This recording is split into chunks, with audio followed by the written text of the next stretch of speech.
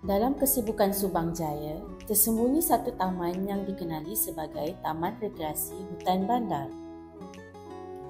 Pelbagai kemudahan disediakan seperti taman permainan untuk kanak-kanak, peralatan jogging terbuka, jogging track dan wakaf untuk berteduh dan berehat.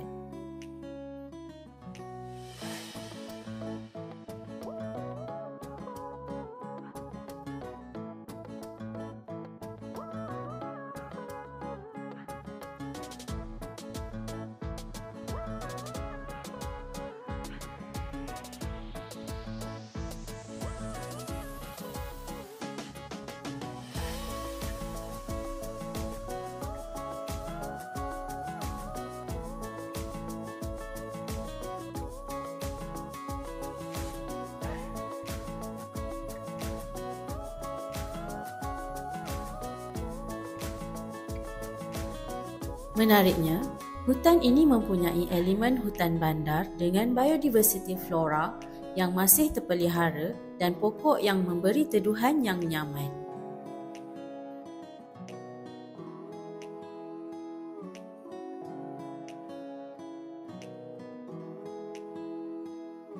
Kalau anda mencari lokasi untuk beriadah dan bersantai, Taman Rekreasi Hutan Bandar adalah tempat yang tepat.